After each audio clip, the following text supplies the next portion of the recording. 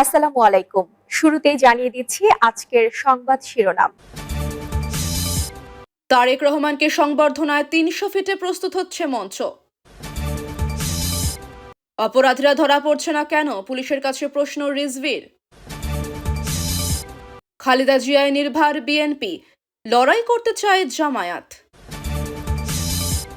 হাদি হত্যাকাণ্ডে জড়িতদের দ্রুত গ্রেপ্তারের নির্দেশ প্রধান উপদেষ্টার। অপশক্তির বিরুদ্ধে গণতান্ত্রিক শক্তিকে ঐক্যবদ্ধ হতে হবে বলল মির্জা ফখরুল। ৫ বছরের সাজা থেকে খালাস চেয়ে রাজসাক্ষীর সাবেক আইজিপি মামুনের আপিল। প্রথম আলো ডেইলি স্টারে হামলা, লক্ষাধিক টাকা লুট করে টিভি ফ্রিজ কিনেছিলেন নাঈম।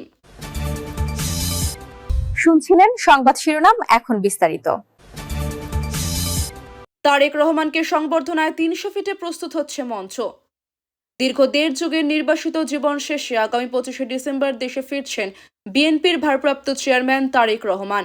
তার এই ঐতিহাসিক প্রত্যাবর্তনকে স্মরণীয় করে রাখতে রাজধানীর ৩০০ ফিট এলাকায় বিশাল সংবর্ধনা মঞ্চ তৈরির কাজ শুরু করেছে বিএনপি। রোববার দুপুর থেকে বিশ্ব রোড থেকে পূর্বাঞ্চলমুখী সড়কের একটি অংশে মঞ্চ নির্মাণের কাজ শুরু হয়, যা দ্রুত শেষ করতে দিনরাত পরিশ্রম করেছেন কমিটির সদস্যরা।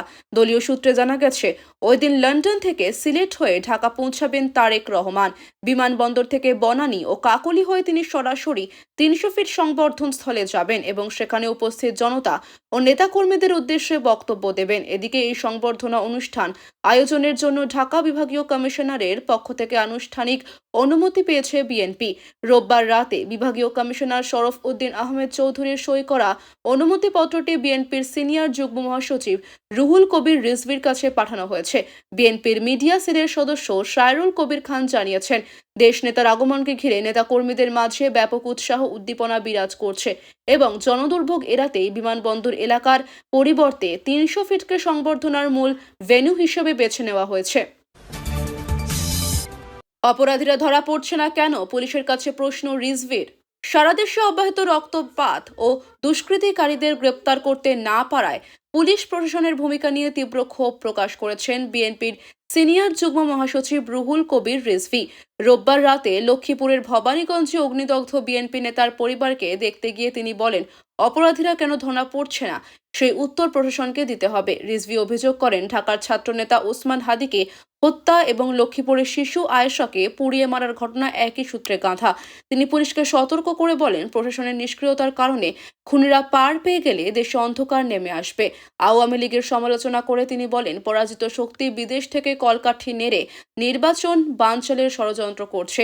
পরিদর্শনকালে তিনি বিএনপির ভারপ্রাপ্ত চেয়ারম্যান তারেক রহমানের পক্ষ থেকে ক্ষতিগ্রস্ত পরিবারকে ৪ লাখ টাকার পুনর্বাসন সহায়তা প্রদান করেন এবং নিহত শিশুর কবর জিয়ারত করেন। উল্লেখ্য যে, সম্প্রতি বিএনপি নেতা বেলাল হোসেনের ঘরে পেট্রোল ঢেলে অগ্নিসংযোগ করে দুর্বৃত্তরা যাতে তার দ্বিতীয় শ্রেণীতে পড়ুয়া কন্যা সন্তান মারা যায় এবং পরিবারের অন্য সদস্যরা গুরুতর দগ্ধ হন। সভায় বিএনপির কেন্দ্রীয় নেতা শহীদ উদ্দিন চৌধুরী এনি সহ স্থানীয় শীর্ষ নেতৃবৃন্দ উপস্থিত ছিলেন। খালেদা জিয়ায় নির্ভার বিএনপি, লড়াই করতে চায় জামায়াত। আসন্ন ত্রয়োদশ জাতীয় সংসদ নির্বাচনকে সামনে রেখে দিনাজপুরের রাজনীতিতে বিএনপি ও জামায়াতের মধ্যে ভিন্নধর্মী নির্বাচনী কৌশল স্পষ্ট হয়ে উঠছে। দিনাজপুর ৩ সদর আসনে দলীয় চেয়ারপারসন বেগম খালেদা জিয়া প্রার্থী হওয়ায় ফুরফুরে মেজাজে রয়েছে বিএনপি। পৈতৃক ভিটা ও ঐতিহাসিক ভোট ব্যাংকের ওপর ভর করে তার বিজয় সুনিশ্চিত বলে মনে করছে দলটির নেতাকর্মীরা। অন্যদিকে সদর সহ জেলার বাকি আসনগুলিতে সাংগঠনিক শক্তির ওপর নির্ভর করে বিএনপিকে চ্যালেঞ্জ জানাতে প্রস্তুত জামায়াত ইসলামী। দিনাজপুর ১ আসনে মঞ্জুরুল ইসলামের বিপরীতে জামায়াতের মতিউর রহমান এবং দিনাজপুর ৬ আসনে বিএনপির হেভিওয়েট প্রার্থী ডক্টর এজেড এম জাহিদ হোসেনের বিরুদ্ধে শক্ত অবস্থানে রয়েছেন জামায়াতের আনোয়ারুল ইসলাম।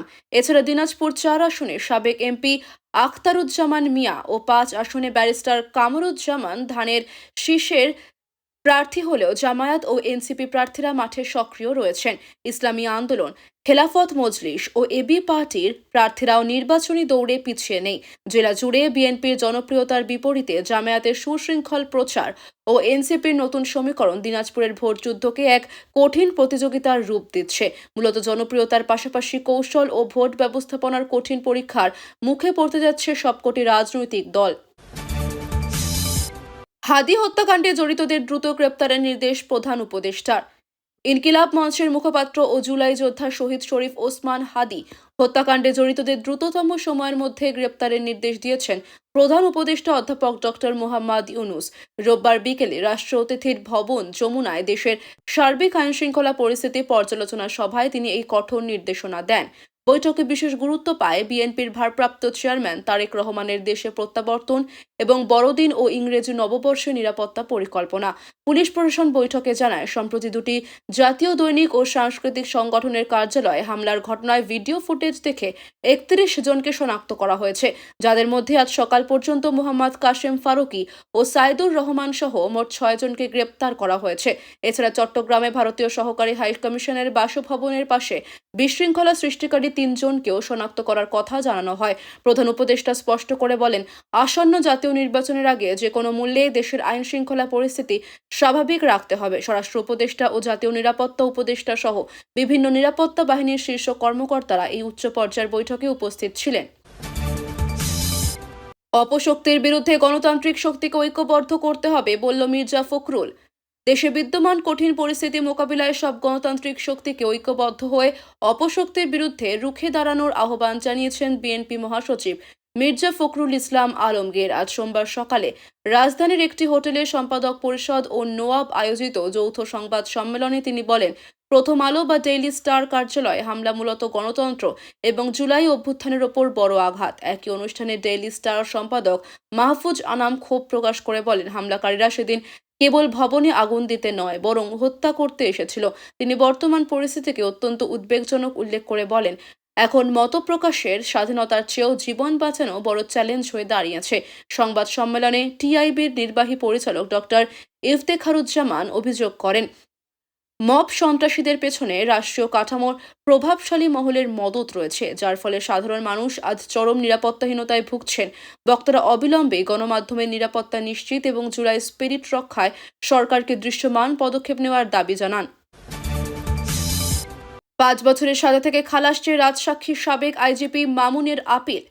জুলাই গণ অভ্যুত্থানে সংঘটিত মানবতা বিরোধী অপরাধের মামলায় ৫ বছরের কারাদণ্ড থেকে খালাস চেয়ে আপিল করেছেন রাজসাক্ষী ও পুলিশের সাবেক মহাপরিদর্শক চৌধুরী আবদুল্লাহ আল মামুন। আজ সোমবার সকালে সুপ্রিম কোর্টের সংশ্লিষ্ট শাখায় তার আইনজীবীর মাধ্যমে এই আপিল আবেদন দাখিল করা হয়। গত ১৭ নভেম্বর আন্তর্জাতিক অপরাধ ট্রাইব্যুনাল ঐতিহাসিক এক রায় সাবেক প্রধানমন্ত্রী শেখ হাসিনা ও সাবেক স্বরাষ্ট্রমন্ত্রী আসাদুজ্জামান খান কামালকে মৃত্যুদণ্ড দিলেও একই মামলায় রাজসাক্ষী হওয়া সাবেক আইজিপি মামুনকে ৫ বছরের কারাদণ্ড প্রদান করেন। আপিল আবেদনে তিনি নিজেকে নির্দোষ দাবি করে পূর্ণ খালাস প্রার্থনা করেছেন। উল্লেখ্য যে এই মামলায় শেখ হাসিনা ও আসাদুজ্জামান খান কামালকে অপর একটি অভিযোগে আমৃত্যু কারাদণ্ড দেওয়া হলেও রাষ্ট্রপক্ষ সেই সাজা বাড়িয়ে মৃত্যুদণ্ড চেয়ে ইতিমধ্যে আপিল করেছে। চৌধুরী আবদুল্লাহ আল মামুনের পরিবারের পক্ষ থেকে আপিলের বিষয়টি নিশ্চিত করা হয়েছে এবং এর মাধ্যমে দেশের ইতিহাসের অন্যতম বড় এই বিচারিক প্রক্রিয়া এখন উচ্চ আদালতের চূড়ান্ত সিদ্ধান্তের অপেক্ষায়। প্রথম আলো ডেইলি স্টারে হামলা, লক্ষাধিক টাকা লুট করে টিভি ফ্রিজ কিনেছিলেন নাইম।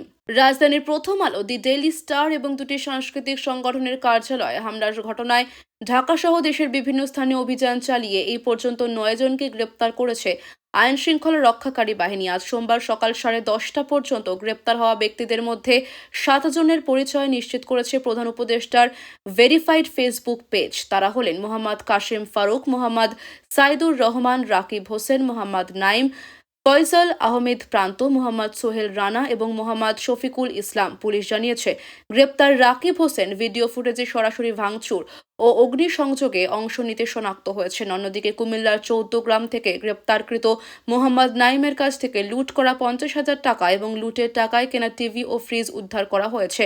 গ্রেপ্তারকৃত সোহেল রানা ও শফিকুল ইসলামের বিরুদ্ধে আগে থেকেই মাদক ও অগ্নিসংযোগের একাধিক মামলা রয়েছে। উল্লেখ্য যে গতকাল প্রধান উপদেষ্টাকে জানানো হয়েছিল, ভিডিও ফুটেজ বিশ্লেষণ করে এই পর্যন্ত 31 জনকে শনাক্ত করা হয়েছে। এছাড়া চট্টগ্রামে ভারতীয় সহকারী হাই কমিশনারের বাসভবনের সামনে বিশৃঙ্খলা সৃষ্টির চেষ্টাকারী 3 জনকে শনাক্ত করার তথ্য জানানো হয়। বর্তমানে গ্রেপ্তারকৃত বাকিদের জিজ্ঞাসাবাদ ও অন্যদের গ্রেপ্তারে অভিযান অব্যাহত রয়েছে।